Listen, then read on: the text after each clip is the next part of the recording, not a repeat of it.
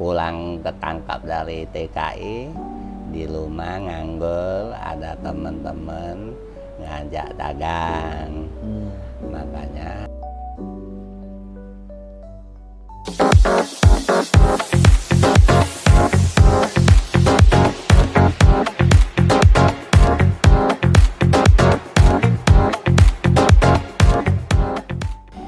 Halo calon pemimpin masa depan, selamat datang di podcast SAI Indonesia. Dalam episode kali ini, saya bersama Pak Joni Gio, pemilik 4 Sekawan Kosmetik. Apa kabar Pak Joni? baik Pak. Sehat-sehat Pak? Sehat. Bapak juga sehat. Sehat. Terima kasih Pak Joni sudah menyempatkan waktu untuk memberikan sharing di podcast SAI Indonesia. Nah, Ko Joni, kan Ko Joni itu istilahnya pionirnya nih, pionirnya pemilik toko kosmetik se-Jakarta. Nah, bisa cerita sedikit nggak? Kok bisa ada ide mendirikan toko kosmetik? Saat itu nggak terpikir, karena kita pulang ketangkap dari TKI, di rumah nganggur, ada teman-teman ngajak dagang. Makanya ada 4 teman ikut join. Jadi makanya namanya 4 Sekawan. Oke. Jadi sejak itu mulai ya berdagang kosmetik. Nah, kalau dari pengalaman Pak Joni, apa sih biasa kendalanya waktu itu membuka atau membentuk toko kosmetik? Pertama kali kita buka dengan modal yang kecil, kita hanya jual sabun medikal spesial untuk asongan, jual ke kereta api, bis kota gitu. Jadi dengan 20 juta kita hanya bisa dagang sabun medikal. Tapi jadi rame karena kan sabun itu belum medikal, kan ada lambang rumah sakit. Di Kevel, di Indomaret itu tidak. Oh, zaman itu belum ada Indomaret, nggak ada yang jual. Jadi yang asongan itu jualnya 3 biji 10.000. Padahal modalnya hanya 1.100, jadi rame. Tiap hari kita dengan uang 20 juta pergilah ke Surabaya, tarik pabrik sabun medikal. Habis ketemu hanya beli 100 dus. 100 dus nggak tahu laku. Habis uang simpen ada, pesan lagi 100 dus, bertambah jadi 200 dus gitu. Pas udah mau masuk tahun 2000, kita buka toko 21 April 1999. Mulailah laku kosmetik. Soalnya di ASMK dulu itu sarang penyamun. Dengan masuknya jual kosmetik, rame jadinya, harga kios pun naik terus. Hanya biasa orang jual kosmetik yang eceran ke depan toko saya nunggu pembeli. Itu namanya meong.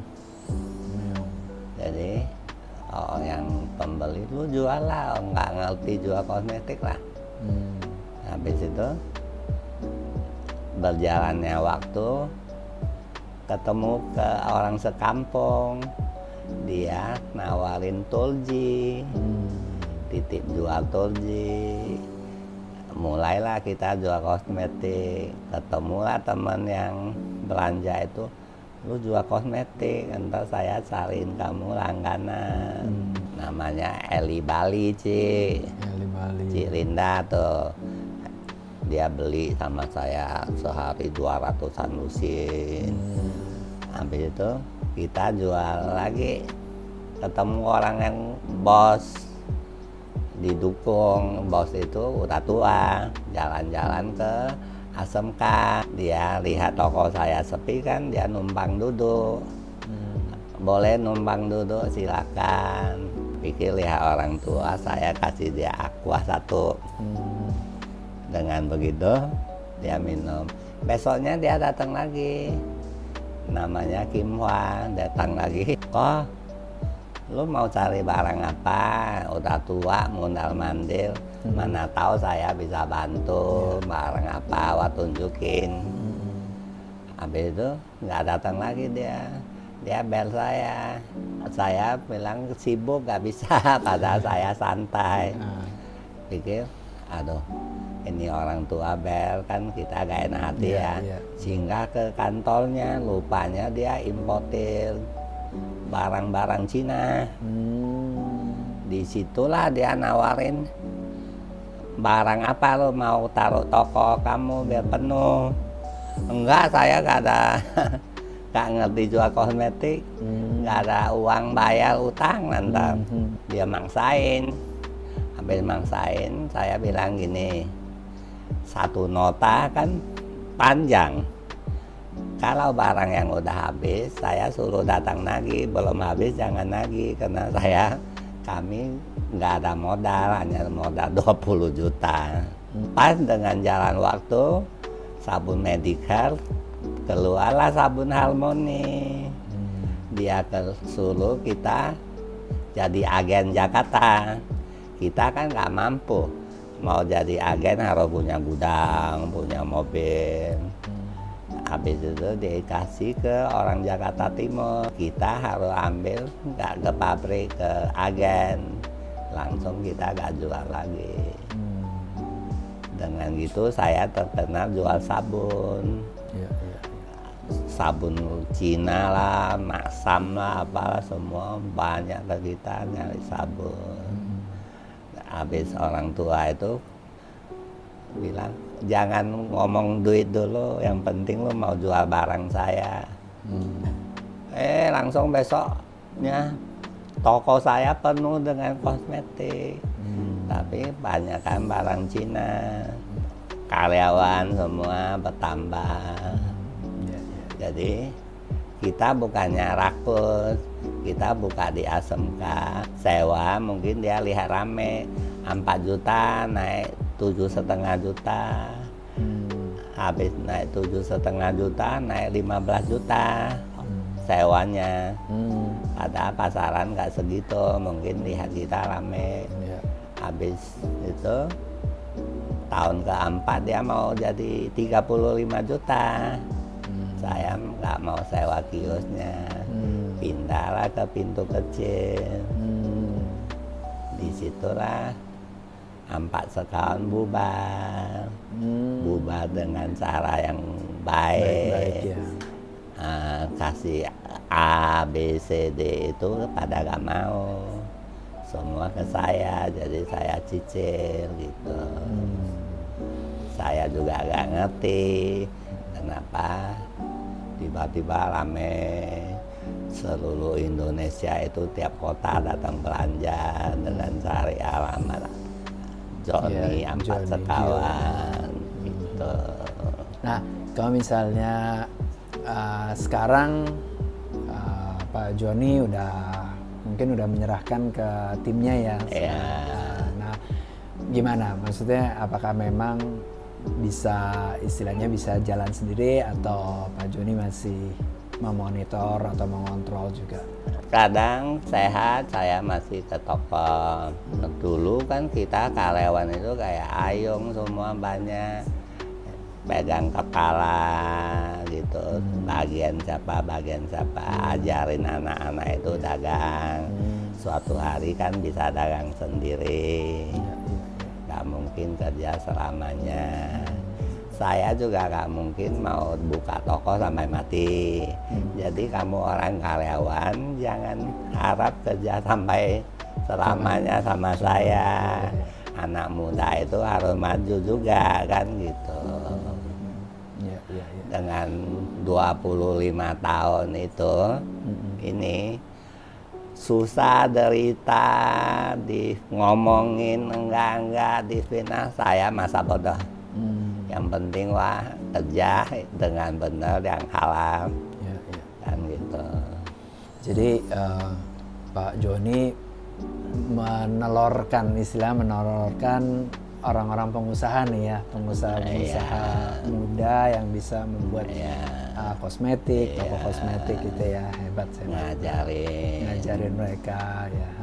Mau maju harusnya bikin yang ada POM, nggak selamanya jual barang Cina, apalagi kosmetik, kita harus banyak mikir ya, harus kreatif, harus inovatif ya.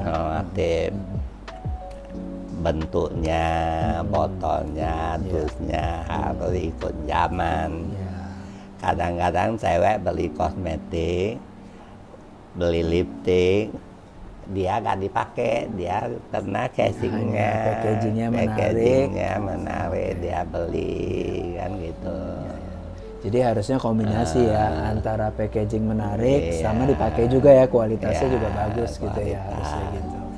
Pak Joni sendiri sekarang ada impian apa lagi nih setelah bisa membangun toko kosmetik sebagai pionir lah ya, pionir toko kosmetik di Jakarta, terus sudah melahirkan juga mungkin para pengusaha kosmetik atau pemilik toko di Jakarta gitu. Ada impian lagi nggak Pak Joni ke depan? Ya ke depan ya kita pun harap produsen itu juga harus kreatif. Ya umpamanya orang tuanya udah pensiun, anaknya pun harus kreatif.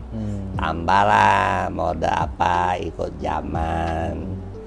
Kan zaman beda-beda, zaman 2000, 2010, ini zaman COVID beda lagi kan, pikiran kita juga harus berubah, harus mengikuti perkembangan zaman ya. Jadi zaman sekarang udah bukan zaman barang Cina lagi. Waktu saya pegang itu zaman barang Cina juga tiap bulan ganti mode terus. Tuh anak muda, pesan dari Pak Joni Gio, harus maju, harus kreatif, harus bisa menciptakan peluang menjadi pengusaha-pengusaha muda ya. Jujur yang penting. Sampai jujur kita kalau jaga toko jujur kan ketemu pembeli. Mana tahu hari baiknya datang. Oi, dia buka toko, lu bisa jaga kerjasama gitu. Itu pesan buat anak muda sekarang ya. Jadi kalau kerja kalau bisa jangan di gudang, nggak ketemu siapa-siapa nggak akan maju. Jadi harus keluar ya. Jaga toko, ketemu orang. Kita baik sama itu, kita kan nggak tahu pembeli itu kaya miskin. Dia bisa, ini orang bener, ini orang jujur, bisa ditarik ke tempat dia. Yuk buka ya, lu ada ide apa? Kami udah tua loh, yang muda kasih ide. Yuk idenya cocok, jalan nih, wah pakai modal gua lu jalanin, bagi hasil, maju. Ya, itu pesannya buat anak-anak muda harus untuk pertama jadi orang jujur. Itu paling penting. Rezeki itu pemberian Tuhan. Kita nggak tahu kapan dikasih. Makanya kita banyak bantu orang buka toko. Nggak ada uang ya. Lu bener mau dagang, bener. Kita sewain tokonya, udah berduit kembali sewaannya, gak minta uang bunga, gak minta jasa. Sewa toko 75 juta, lu udah maju, lu bayar saya. Banyak di ASMK saya bantu. Jadi semakin membantu banyak orang, semakin banyak nih rezekinya ya buat Pak Joni. Orang mau buka gak ada modal, ya udah ambil dulu. Nanti lu habis jual, bayar, tapi jangan poya-poya dulu sebelum maju. Ingat itu, simpan duit. Kan ada sebagian manusia nggak sadar ya. Orang kasih utang, beli kursi, beli ini giliran pas sepi zaman COVID bangkrut orang banyak loh. Kita harus mikir sampai situ. Tetap Makanya harus orang Chinese dipercaya. Waktu 98, kok orang Cina udah diambil semua masih bisa kaya. Oh, cara pikiran kamu salah. Orang tua teman saya orang pribumi banyak. Itu kepercayaan. Ini habis dijarah, dikesampingin. Ini wah kasih lu ke baru. Dengan berbuat baik, mana mungkin kita bukan minta balas budi. Jadi karyawan saya malah buka toko, ada yang nggak mau. Mungkin di toko saya kan bebas, nggak pernah marahin orang itu. Kerjanya enak, suasana kerja gitu. Kadang kan orang kerja itu gaji gede, suasana sama temen nggak enak, nggak enak juga. Di ngomongin enggak orang kan capek. Penting gaji dikit tapi hati senang. Betul. Iya. Kaya kalau hati gak senang ngapain kan gitu. Nanti malah sakit-sakitan. Iya. Nggak bisa menikmati malah. Benar. Mendingan hidup berkecukupan, tapi bisa hidup bahagia, bisa hidup tentram, damai. Iya. Kayak teman-teman dagang kita, Cik Rinda, Natalia itu semua teman-teman ya. Kita harus bedain kok. Ini jalan dagang, ini jalan teman, jangan dicampur. Entar teman bisa jadi berantem. Jalan teman sampai mati punya. Kalau jalan dagang, urusan dagang. Ya, habis urusan dagang, libut pun, tapi kita tetap teman. Betul. Soal harga ya karyawan. Mahal ya, setiap orang pembeli ya mau beli yang murah, betul. Mau untung kan. Jadi nggak usah diributin, kita temen itu urusan karyawan. Dagang, nggak boleh dicampur. Ya. Tapi yang penting kan dagang pasti harus win-win lah ya, kedua belah pihak. Tapi pertemanan itu tetap abadi ya. Cocok kan gitu. Setiap orang beli hak orang mau beli di mana kan gitu. Yang penting lo bayar utang selesai, lo mau beli kemanapun urusan dia gitu loh. Dia gak ngerti bikin barang.